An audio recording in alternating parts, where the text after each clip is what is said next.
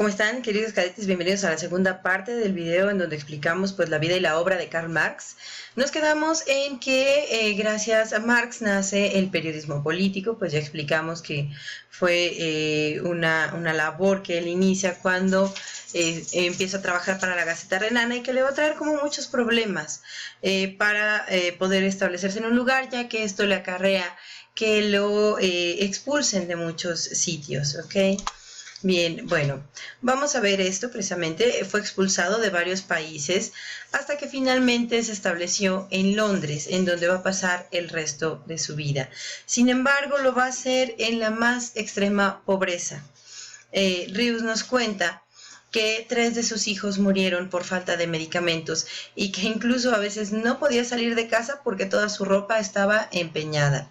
Rius incluye en esta obra de Marx para principiantes unas cartas muy interesantes en donde Marx le cuenta a Federico Engels. Federico Engels fue una persona muy importante en la vida de Marx, ya que él le va a ayudar en todo, le va a financiar muchas cosas de alguna manera, pues por la amistad que tienen y porque admira el genio de Marx, y también Engels le va a ayudar también a concluir su obra. Más adelante veremos cómo.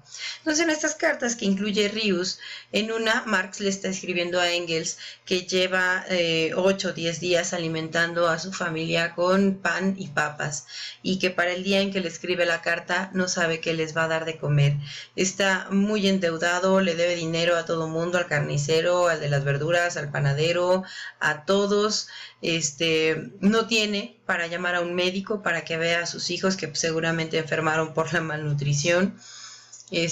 También hay una carta que incluye Rius en donde la esposa de Marx está contando a alguien pues la escena que viven cuando están velando a una de las hijas de Marx en un cuarto, mientras sus otros hijos están en otro, muy, muy enfermos. Entonces, es una situación muy dura económica que vive Karl Marx. Sin embargo, esto no solo no lo desanima para continuar con su trabajo de dejarle a la humanidad una teorización acerca de estos aspectos tan importantes que hemos empezado a mencionar, sino que además tiene el compromiso tan grande de continuar con ello que decide pues continuar con esta pobreza, aunque ello le implique pues el padecer de su familia, pero finalmente la meta es concluir su obra cumbre, que es El Capital, ¿no? Vemos también que esta obra, El Capital, fue escrito a lo largo de 25 años de trabajo que le llevó a Karl Marx. Y los tomos, y eso nada más fue el tomo 1, porque los tomos 2 y 3, Marx ya no pudo concluirlos en vida. Fue Engels quien concluye estos tomos, pues a partir de la voluntad de Marx. Él conocía perfectamente bien sus ideas y logró plasmarlas en estos otros 2 tomos. Pero bueno, el único que Marx que escribe completamente es el tomo 1 del Capital. Bien. Pues después de todas estas penurias económicas que vive Marx y que además le van a dejar lecciones valiosísimas que después va a compartir con nosotros, muere el 14 de marzo de 1883 trabajando en su escritorio. Y es una situación muy significativa. Es como si Marx hubiera sabido, a veces los grandes hombres saben que están hechos para algo grande.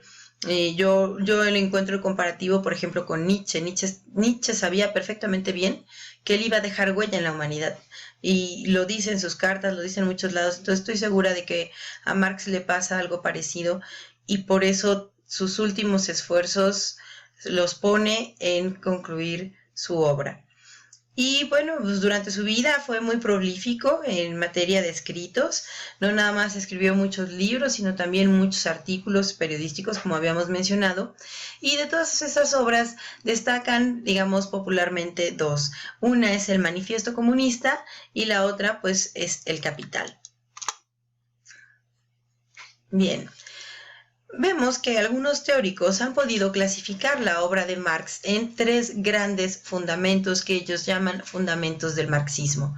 El primero tiene que ver con la filosofía de Marx, es decir, cómo Marx piensa al hombre, ¿no? La idea que tiene del hombre, de lo que debe ser el hombre, es parte de la filosofía de Marx.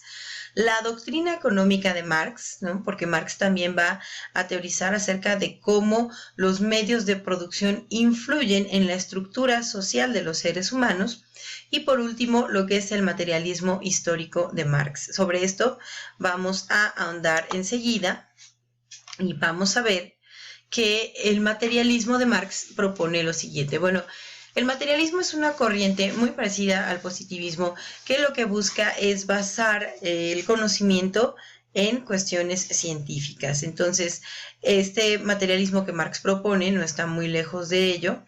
Es un materialismo que él va a crear a partir de mejorar los postulados de las obras de Hegel y Feuerbach.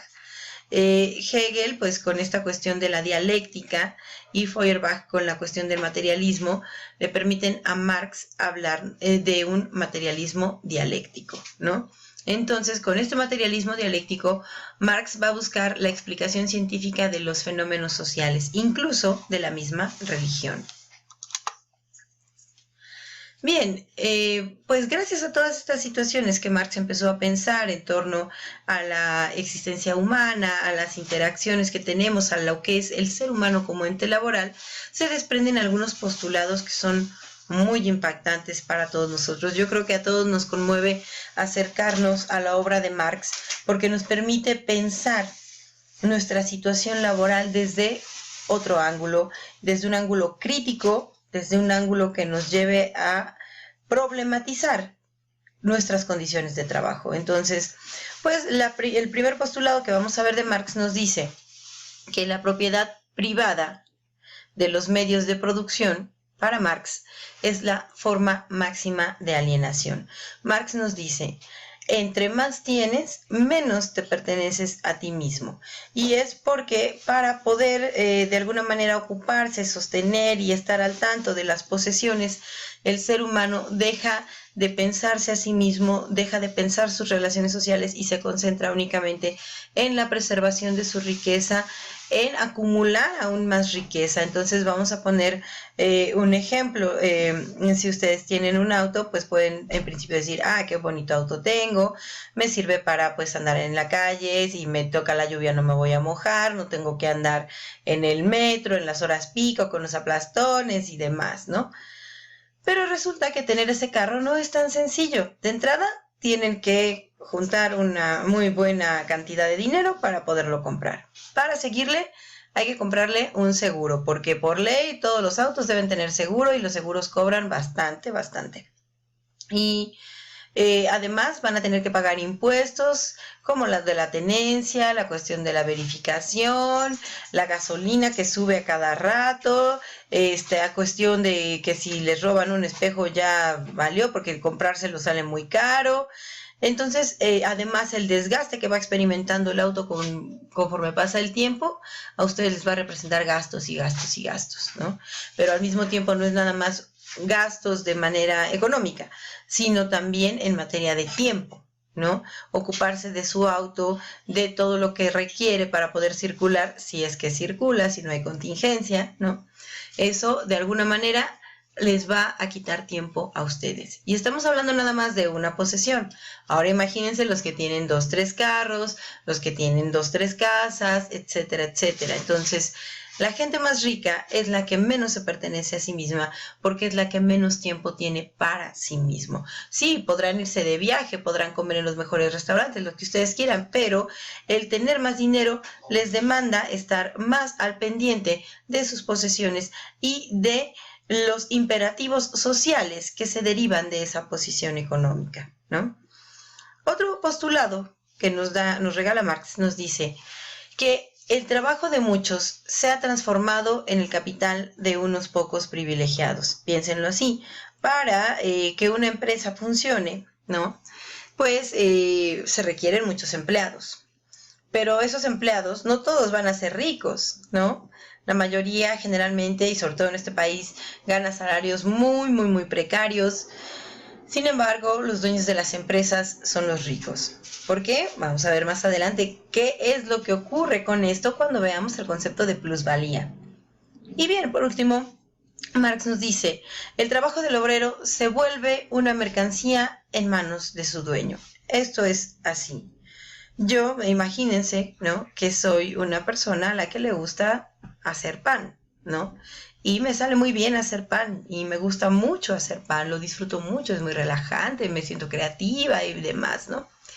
Entonces, resulta que a lo mejor yo no puedo vender el pan que hago porque lo que tengo para invertir en eso es muy poco. Entonces tendría que buscar un empleo en una panadería ya establecida. Entonces voy y busco ese empleo y resulta que me pagan un sueldo muy precario por trabajar ahí, pero además, de alguna manera, la empresa es la que me dice cómo debo vestir, cómo debo hacer los procedimientos para realizar el pan, es decir, ya se anula mi creatividad. Yo no les intereso a la empresa en la medida en que soy persona o que soy un ser humano. Para ellos yo soy un medio para alcanzar su meta, que es la riqueza. Entonces, en ese sentido, mi fuerza de trabajo, que es como parte de mi actividad humana en el mundo, se convierte para los empresarios en una mercancía.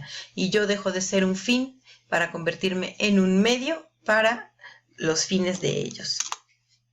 Bien, algo más que nos regala Marx y que es algo muy interesante es el concepto de alienación. Lo hemos visto ya con algún video, ¿no?, que les pasé, pero aquí lo importante es que ustedes comprendan que las condiciones de vida, de pobreza en el sistema capitalista obligan al trabajador a vender su fuerza de trabajo a cambio de dinero.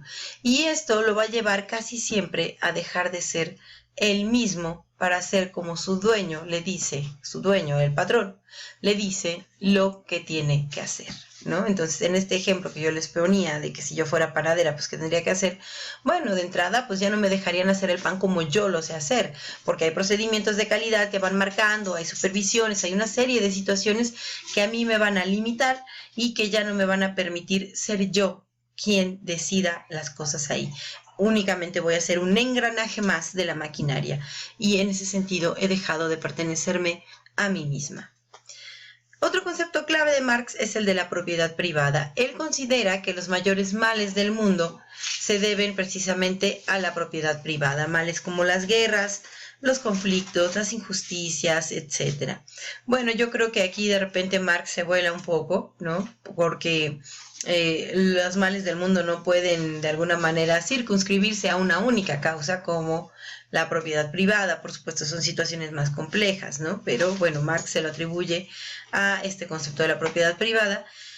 Y por último, Marx va a conceptualizar la existencia de una nueva clase social que surge a partir de que se da la revolución industrial. Esta nueva clase social es el proletariado, ¿no?